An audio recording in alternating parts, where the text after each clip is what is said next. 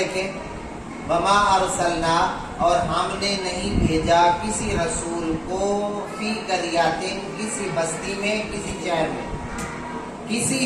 میں، کسی بستی میں ہم من نبیین، کسی رسول کو نہیں بھیجا، الا مگر بھیجا ہے تو پھر کیا ہوتا ہے، اخذنا اہلہا، ہم نے پکڑ لیا ان کو اور بستی والوں کو، بالباساء، سختی کے ساتھ، سختی، والضراء، تکلیف، لعلہم یضرعون، تاکہ وہ گڑ گڑانے لگے۔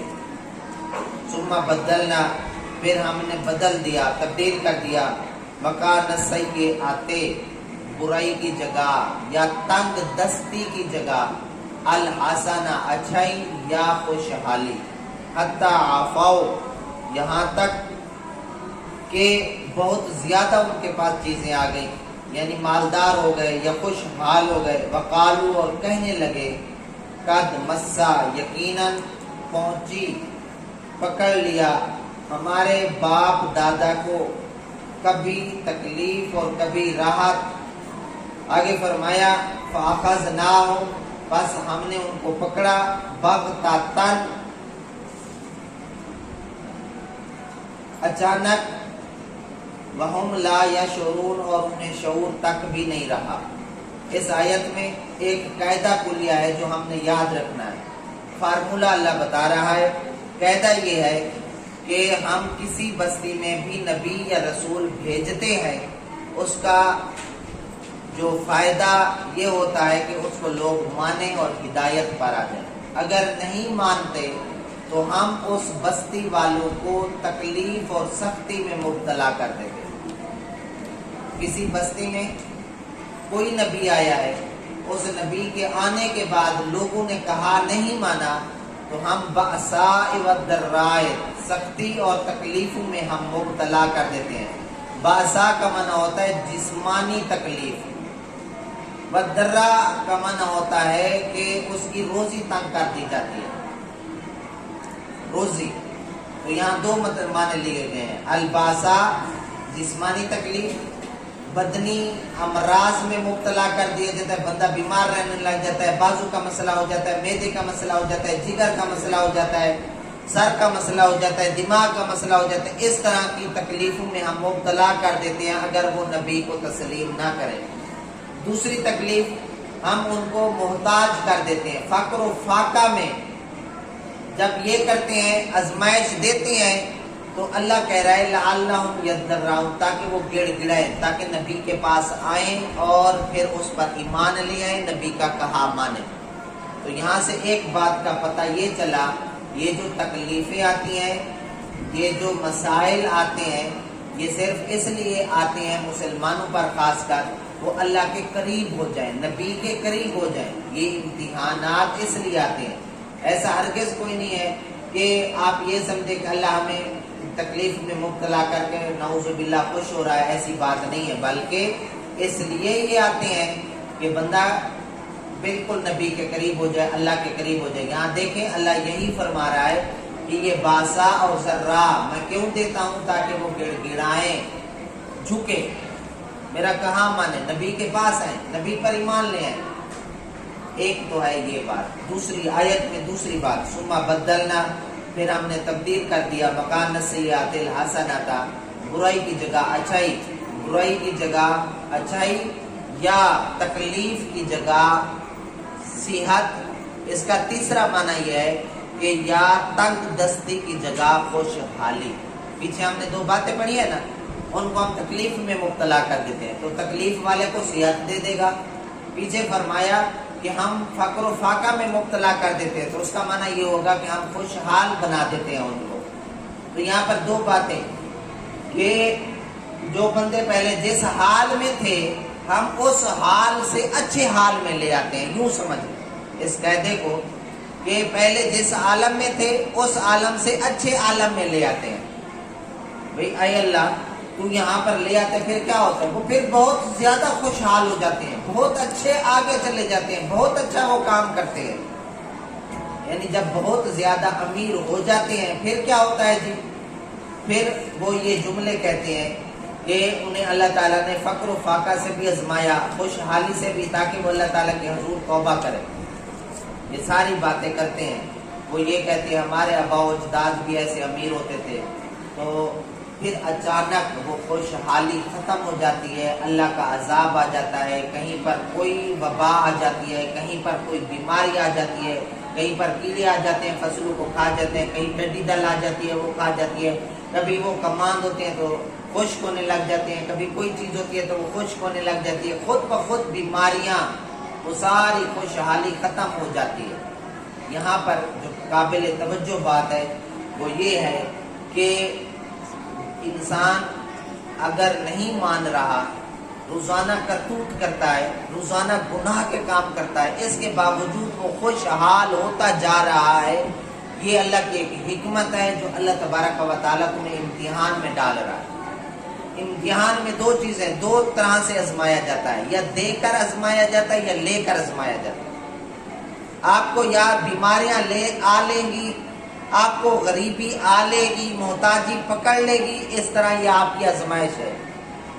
نمبر دو، آپ کو اتنا خوشحال کر دیا جائے گا، اتنا خوشحال کہ پھر آپ کو آزمایا جاتا ہے کہ آپ کیا صبر شکر کرتے ہیں یا نہیں کرتے۔ مومن کے لیے دو ہی راستے ہیں، یا تو وہ صبر کرے یا وہ شکر کرے۔ اگر غریب ہو جاتا ہے، بیماری آ جاتی ہے تو صبر کر کے اس کا مقابلہ کرے، اگر امیر ہو جاتا ہے تو شکر کر کے اس کا مقابلہ کرے۔ بہت مشہور بات ہے، میں ایک مثال کے ذریعے آپ کو بات سمجھاتا ہوں کہ یہ امیری کیوں آتی ہے۔ حالانکہ بندہ تو روزانہ گناہ کرتا ہے، اور گناہ کرنے کے باوجود یہ کہتا ہے اللہ کا جی بڑا کرم ہے، ہمارے اوپر بڑا رحم ہے، اگر اللہ ناراض ہوتا میں ہر سال کئی ایکڑ زمین لے لیتا، اگر اللہ ناراض ہوتا میں فلاں پلاٹ لے لیا ہے، میں نے فلاں کوٹھی لے لی ہے، میرے بچے پڑھ لے کے گئے ہیں، اللہ ناراض ہوتا تو ایسا ہوتا۔ حالانکہ نہ وہ نماز پڑھتا ہے، نہ وہ روزہ رکھتا ہے، نہ اسلام کے ارکان میں سے حج کرتا ہے، نہ زکوٰۃ دیتا ہے، اس کے باوجود وہ ہر دفعہ خوشحال خوشحال خوشحال ہوتا جا رہا ہے۔ اور بندے سارے یہ کہتے ہیں اگر جی اللہ اس کے ساتھ ناراض ہوتا تو وہ اتنا امیر ہو جاتا۔ ہم یعنی ہمارے ہاں جو معیار ہے اللہ کے قربت کا اور اللہ کی غیر قربت کا، یعنی کون سا بندہ قریب ہے اور قریب نہیں ہے، تو وہ یہ ہم رکھتے ہیں کہ اللہ اس پر بڑا راضی ہے، جی دیکھیں جی اس نے کوٹھی بھی لے لی ہے، اس نے گھر بھی لے لیا ہے۔ یہ راضی ہونے کی دلیل نہیں ہے، راضی ہونے کی دلیل نہیں ہے۔ مال تو فرعون کے پاس بھی آیا تھا، مال تو قارون کے پاس بھی آیا تھا، کیا اللہ ان سے راضی ہے؟ ہرگز نہیں۔ تو پھر یہ مومن کے پاس آئے تو مومن کو شکر کرنا چاہیے، اور شکر کا حقیقی صورت یہ ہے، شکر کا مطلب ہرگز یہ والا نہیں ہے جو ہم کہتے ہیں یا اللہ تیرا شکر ہے، یا اللہ تیرا شکر ہے، یا اللہ تیرا شکر ہے، یہ ہرگز اس کا مطلب شکر نہیں ہے۔ شکر کا مطلب یہ ہوتا ہے کہ آپ کے تمام کام، کوئی کام آپ کر رہے ہیں وہ اللہ اور اس کی رسول کی رضا کے لیے ہو جائے، کوئی اور آپ کے سامنے ماٹو مقصد منشا نہیں ہونا چاہیے۔ اگر یہ ہوگا تو کوئی فائدہ نہیں ہونے والا۔ آپ کے سامنے صرف اور صرف مقصد کون سا ہوگا؟ اللہ اور اس کی رسول کی رضا۔ دیکھیں بچے رات کو سوتے ہیں تو کافی دیر لگ جاتی ہے، ماں اپنے بچوں کو کہتی ہے تم ابھی 10 بج گئے ہیں، 11 بج گئے ہیں، تم ابھی تک سوئے نہیں، صبح تم نے سکول نہیں جانا۔ یہ ہے ہمارے گھر میں۔ اور اگر یہ والا جملہ یوں کر لیا جائے کہ بچے تم جلدی سو جاؤ، پھر نماز کے لیے تم نے اٹھنا نہیں ہے، کیا نماز کے لیے اٹھیں گے؟ کیا سکول کے لیے پھر نہیں اٹھے ہوئے ہوں گے؟ تو یہ ہمارے جو جملے ہیں یہ ٹھیک نہیں ہیں۔ ہم سکول کو ترجیح دیتے ہیں، ہم کالج یونیورسٹی کو ترجیح دیتے ہیں، لیکن اس کے اندر جو اللہ اور اس کے رسول کا مقصد ہوتا ہے وہ نہیں لے آتے، اس لیے ہمارے بچوں کے ذہن میں وہ الفاظ آتے ہی نہیں ہیں۔ میں نے پہلے بھی ایک دفعہ مثال دی تھی کہ جب نیا گھر بندے نے بنوا لیا تو وہ آپ صلی اللہ علیہ وسلم کو یا حضرت عمر بن خطاب کو 2 طرح کی باتیں باقیات میں موجود ہے، وہ گھر بلا کر لے گیا تو وہاں پر پوچھا گیا یہ روشن دان کیوں رکھے گئے ہیں؟ تو اس بندے نے فوراً جواب دیا تازہ ہوا کے لیے، وینٹیلیشن کے لیے، تازہ ہوا آئے گی، سانس اچھا، طبیعت اچھی، فریش ہو جاتا ہے بندہ۔ تو وہاں پر جواب دیا گیا کہ اگر تو یہ روشن دان لگاتے ہوئے یہ نیت کر لیتا کہ اس سے اذان کی آواز آئے گی اور بر وقت میں مسجد پہنچ جاؤں گا، تو کیا ہوا رک جاتی؟ کبھی بھی نہ رکتی، ہوا تو پھر بھی آتی۔ تو میں یہی آپ کے سامنے مقصد ایک رکھتا ہوں کہ آپ اپنے بچوں کی جو تربیت ہے یا بچوں کے حوالے سے بات ہے ایسے طریقے سے کریں جس میں اللہ اور اس کے رسول کی رضا ہو، اور وہ ایسے جملے بولیں جو بڑے ہو کر ان کے کام آئیں، ان کے ذہن میں وہ فیڈ ہو جائیں۔ میں اکثر یہ جملہ کہتا ہوں جو بچوں کے دماغ ہیں وہ خالی تختیوں، جو خالی وائٹ بورڈ ہوتا ہے اس کی طرح ہوتے ہیں، جو آپ لکھتے جائیں گے وہ لکھا جائے گا۔ تو لہٰذا اس وائٹ بورڈ پر، اس تختی پر آپ اس چھوٹے پن میں کیا لکھ رہے ہیں؟ اگر آپ اچھا لکھ رہے ہیں تو اچھا اٹھائیں گے، اچھا نہیں لکھ رہے تو اچھا نہیں اٹھائیں گے۔ تو اس بات کا خیال رکھیں گے کہ دیکھیں کہ ہمارے ہاں نیت اور اس کے ساتھ خلوص، ان باتوں کا خیال نہیں رکھا جاتا۔ میں عرض کر رہا تھا اللہ تبارک و تعالیٰ کا جو شکر ہوتا ہے، ہم سارے یہ کہتے ہیں کہ یا اللہ تیرا شکر ہے، یا اللہ تیرا شکر ہے، لیکن اس کا جو ایک حقیقی تصور ہے وہ یہ ہے کہ آپ کے تمام کام اللہ کی شریعت کے، نبی کی شریعت کے تابع ہو جائیں، آپ زبان سے نہ بھی کہیں تب بھی یہ شکر ادا ہو رہا ہوتا ہے۔ ہمارے ہاں تو یہ ہوتا ہے کوئی کام اسلام کے مطابق نہیں ہے، کوئی کام شریعت کے مطابق نہیں ہے، اور پھر یہ کہتے ہیں اللہ کا لاکھ لاکھ شکر ہے، اللہ نے گاڑی دے دی، اللہ نے بڑا گھر دے دیا، لاکھ لاکھ شکر۔ یہ کوئی شکر نہیں ہے۔ آپ کا مقصد اللہ کی رضا ہے تب تو شکر ہے، ورنہ نہیں ہے۔ 8ویں پارے میں ہم آیت پڑھ چکے ہیں، اللہ نے انہیں فرمایا قل اے محبوب بتا دیجئے ان صلاتی و نسکی و محیای و مماتی للہ رب العالمین۔ اے محبوب ان لوگوں کو بتائیے بے شک میرا نماز پڑھنا، میرا قربانی کرنا، میرا زندہ رہنا، میرا اس دنیا سے چلے جانا سب کا سب اللہ کے لیے ہے جو تمام جہانوں کا پالنے والا ہے۔ اگر محبوب صلی اللہ علیہ وسلم کو یہ بات بتائی جا رہی ہے، یہ کہلوایا جا رہا ہے ان کی زبان اقدس سے، تو ہم کون ہوتے ہیں؟ اگر ہمارا ماٹو وہ نہیں ہے تو پھر کوئی فائدہ نہیں ہونے والا۔ میں ایک مثال دیتا ہوں یہاں پر کہ ایک بندہ بڑے کرتوت کرتا تھا، بڑے گناہ کرتا تھا، پاپ کرتا تھا، تو خواب میں بادشاہ کو بتایا گیا کہ اس کو اپنا وزیر بنا لے۔ جب وزیر بنا لیا گیا، اب دیکھیں پہلے وہ جو کچھ تھا اب اسے اس کا ویلیو اپ ہو گئی ہے نا، اس کی جو قدر و قیمتیں زیادہ ہو گئی ہے، تو اب وہ بندہ کتنا خوش ہوگا کہ میں جو کچھ بھی کرتا رہا ہوں اس کے باوجود مجھے وزارت مل گئی ہے۔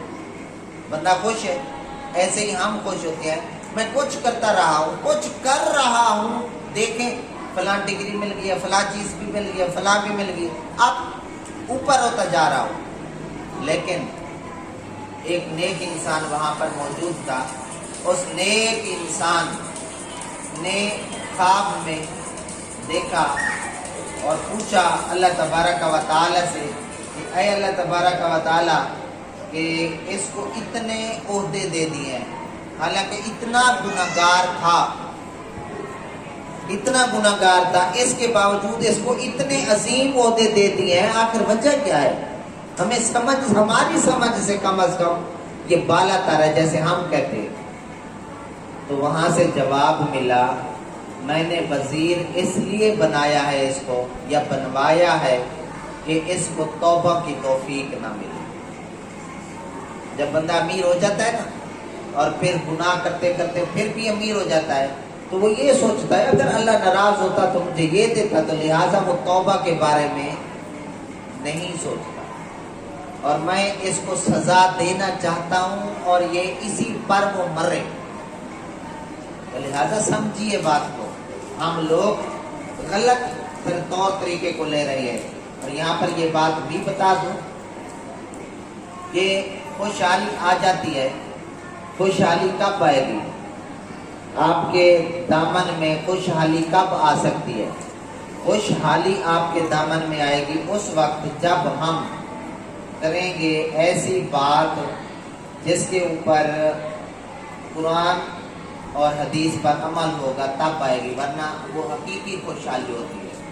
اس کی میں آیات آپ کے سامنے رکھتا ہوں تاکہ بات آپ کے سامنے کھل کر یہ بیان ہو جائے کہ خوشحالی کیسے اللہ عطا فرماتا ہے۔ اللہ نے سورۃ المائدہ آیت نمبر ہے 65 اور 66، 65 اور 66 فرما رہا ہے وَلَوْ أَنَّ أَهْلَ الْكِتَابِ آمَنُوا وَاتَّقَوْا لَكَفَّرْنَا عَنْهُمْ سَيِّئَاتِهِمْ وَلَأَدْخَلْنَاهُمْ جَنَّاتِ النَّعِيمِ۔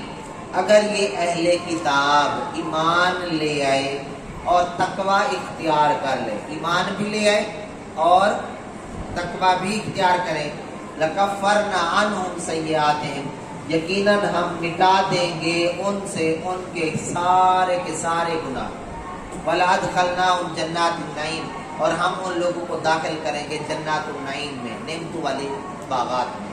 اگلی آیت دیکھیں وَلَوْ أَنَّهُمْ أَقَامُوا التَّوْرَاةَ وَالْإِنْجِيلَ وَمَا أُنزِلَ إِلَيْهِمْ مِنْ رَبِّهِمْ، اگر یہ والے لوگ قائم کریں تورات کو، یعنی قائم کرنے سے مراد کیا ہوتا ہے؟ اس کے احکام کو مانے، تورات کے احکام کو مانے، عمل کرے، والانجیل اور انجیل کے احکامات کو، آگے لکھا وما انزل الیہم من ربہم، اور جو کچھ ان کی طرف ان کے رب کی طرف سے نازل کیا گیا ہے ان کو بھی مانے، عمل کرے، لأکلوا من فوقہم، یقیناً یہ والے لوگ اپنے اوپر سے رزق آئے گا کھائیں گے، یعنی آسمان سے جیسے چھپڑ پھاڑ کے لوگ کہتے ہیں جی اس کے پاس آ گیا، ایسے آسمان سے رزق آئے گا وہ کھائیں گے، وَمِن تَحْتِ أَرْجُلِهِمْ، اور ان کے پاؤں کے نیچے سے بھی رزق آئے گا۔ شرط کیا ہے؟ قرآن پر عمل کرنا۔ شرط کیا ہے؟ قرآن پر عمل کرنا۔ اگر عمل ہوگا تب تو یہ فائدہ ہوگا، ورنہ فائدہ نہیں ہوگا۔ میں عرض کر رہا ہوں کہ آپ کے پاس خوشحالی کا ایک ہی طریقہ ہے کہ آپ شریعت پر عمل کریں، وہ اللہ کی طرف سے پھر شریعت پر جو عمل ہوگا وہ جو آپ کے پاس خوشحالی آئے گی وہ حقیقی خوشحالی ہوگی۔ اور کیسے کیسے؟ آسمان سے بارش آئے گی، آسمان سے پانی نازل ہوگا تو ہر جگہ خوشحالی، ہماری فصلیں اچھی ہوں گی، ہمیں پانی ملے گا تو پھر ہم زندہ رہیں گے، ہماری فصلیں زندہ رہیں گی، ہمارے جانور زندہ رہیں گے، ہمارے پہاڑ، یہ سب کچھ پانی کی وجہ سے ہے۔ اور ایک جگہ پر 7ویں پارے میں اللہ نے یہ فرمایا ہے نا، ہم نے ہر ایک چیز کو پانی سے بنایا ہے۔ تو عرض یہ ہے کہ پانی کے ساتھ زندگی، اگر آسمان پانی برسانا بند کر دے ہم کبھی بھی خوشحال نہیں رہیں گے۔ اور دوسری بات کہ زمین کے نیچے سے رزق آئے گا۔ کیسے آتا ہے؟ زمین جو ہے وہ اتنی زیادہ فصلیں دیتی ہیں کہ آپ کی سوچ سے بھی زیادہ۔ دیکھیں ایک سال آپ گندم کاشت کرتے ہیں، 50 کلو ایک ایکڑ میں گندم ڈالی جاتی ہے، جو دانے ہم کھاتے ہیں یہ 50 کلو سے 60 کلو ڈالے جاتے ہیں۔ یہ 50-60 کلو ڈال کر آپ اس کی ایک سال جو فصل ہے وہ 20 من 10 من 30 من لیتے ہیں، اور کسی سال اللہ کا کرم اتنا ہوتا ہے کہ آپ 60 من 70 من لیتے ہیں۔ گندم تو ایک جیسی ڈالی تھی، سیم دانے ڈالے تھے، لیکن کسی سال وہ 10 من ہے، کسی سال کچھ بھی نہیں ہے۔ آپ نے گندم جا کر کاشت کی، اتنی بارش آئی وہ پیدا ہی نہیں ہوئی۔ آپ نے گندم جا کے کاشت کی، بیج زمین میں ڈالا، پیدا ہو گئی ہے، پھر اتنا کوئی خرابی لگی ہے، بیماری لگی ہے، وہ ختم ہو گئی ہے، ٹڈی دال لائی ہے وہ کھا گئی ہے۔ لیکن کسی سال اتنا زیادہ فصل ہو جاتی ہے کہ آپ کی سوچ سے بھی زیادہ۔ تو لہٰذا قرآن نے جو فارمولہ بتایا ہے امیر ہونے کا وہ یہ ہے کہ آپ قرآن پر عمل کریں، قرآن پر عمل کریں، شریعت پر عمل کریں. اگر یہ عمل کریں گے تب جا کے یہ بات بنے گی، ورنہ کوئی بات بھی بننے والی نہیں ہے. اور یہی والی بات کہ قرآن کہہ رہا ہے کہ اوپر سے بھی کھاؤ گے، نیچے سے بھی کھاؤ گے، آسمان سے بھی رزق اترے گا، زمین سے بھی رزق اترے گا. اور پھر جا کے قرآن کہتا ہے آگے جو جملہ ہے وَكَثِيرٌ مِّنْهُمْ سَاءَ مَا يَعْمَلُونَ، اور قرآن یہ کہہ رہا ہے اکثر ان میں سے بہت برا ہے جو کر رہے ہیں، یعنی پھر بھی وہ گناہ کرتے رہتے ہیں. اتنا سارا میں رزق بھی دیتا ہوں. میں آپ سے یہ سوال کرتا ہوں، اللہ اگر آپ نماز نہیں پڑھتے کیا آپ کو اس دن روزی نہیں ملتی؟ جس دن آپ نے روزہ نہیں رکھا کیا اس دن آپ رزق نہیں کھاتے؟ کھاتے. اللہ تو ناراض نہیں ہو رہا. آپ اللہ کے ساتھ جو اللہ کے دشمن ہیں، حتیٰ کہ اللہ کو تسلیم تک نہیں کرتے، اللہ کے ساتھ لڑتے ہیں، پھر بھی اللہ ان کو رزق اتنے زیادہ پیسے دے رہا ہے. تو یہ اللہ کے محبوب ہونے کی یہ نشانی نہیں ہے کہ پیسے کا آ جانا. میں بار بار یہ بات کہہ رہا ہوں، اللہ کے محبوب کی نشانی یہ ہے کہ آپ شریعت پر کتنا عمل کرتے ہیں. آپ کی زندگی کا مقصد کیا ہے، کہ کیا آپ اللہ اور اس کے رسول کو راضی کرنے آئے ہیں یا کوئی اور کام کرنے آئے ہیں. اور یہاں پر ایک اور بات کرتا چلوں کہ مومنین مصیبت کے وقت صبر کرتے ہیں اور راحت کے وقت اللہ کا شکر ادا کرتے ہیں. اور جس طرح ایک حدیث میں آتا ہے کہ مومن کے ساتھ بڑا عجیب معاملہ ہوتا ہے، اللہ تعالیٰ اس کے حق میں جو بھی فیصلہ فرمائے وہ اس کے لیے بہتر ہوتا ہے. اگر اسے کوئی مصیبت پہنچے اور یہ صبر کرے تو بھی یہ اس کے لیے بہتر ہے، اگر اسے کوئی راحت نصیب اور شکر کرے تو یہ بھی اس کے لیے بہتر ہے. جس حال میں مومن کو اللہ رکھے اس وہی حال بہتر ہے. دیکھیں حضرت ایوب علیہ السلام اللہ کے پیغمبر ہیں، لیکن اس کے باوجود آزمائش آئی ہے. حضور علیہ السلام اللہ کے پسندیدہ محبوب ترین ہستی ہے، اس کے باوجود مکہ میں جو زندگی تھی وہ کیسی تھی آپ سارے جانتے ہیں. کہیں سے کوئی گالیاں دے رہا ہے، کہیں سے کوئی کچھ کہہ رہا ہے، کوئی کچھ کہہ رہا ہے، حتیٰ کہ پتھر مارے جا رہے ہیں. اس کا کیا مطلب ہے؟ پتھر جو مارے جا رہے ہیں اس کا کیا مطلب ہوتا ہے؟ کہ اس کا مطلب کیا ہے کہ وہ اللہ کے پسندیدہ نہیں رہے ہیں؟ وہ تو اس کے باوجود بھی پسندیدہ ہے. پھر مدینہ شریف کو چلے گئے ہیں، تشریف لے گئے ہیں، وہاں پر خوشحالی آ گئی ہے، بہت اچھے حالات ہو گئے ہیں.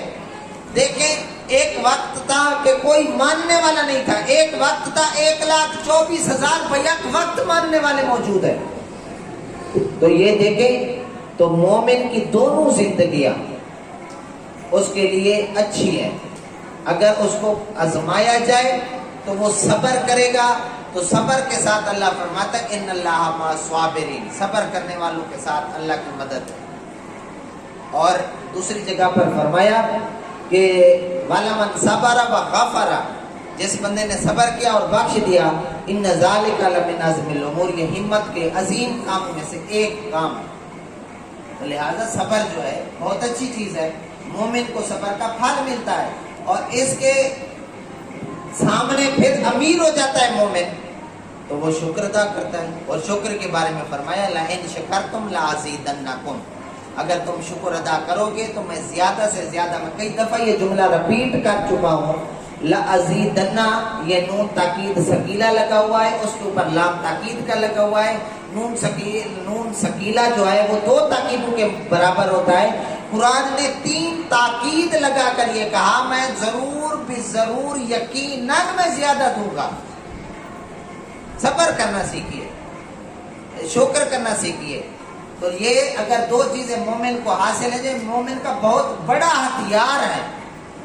تو یہی والا سبق آج ہم نے پڑھا کہ وہ امیر ہو جاتے ہیں تو وہ یہ سمجھتے ہیں کہ ہم اللہ کے پسندیدہ ہو گئے. ایسی بات نہیں ہے. اللہ پیسے دے کر بھی آزماتا ہے اور تنگ دستی دے کر بھی آزماتا ہے، جیسے شعیب علیہ السلام کی قوم کے ساتھ ہوا.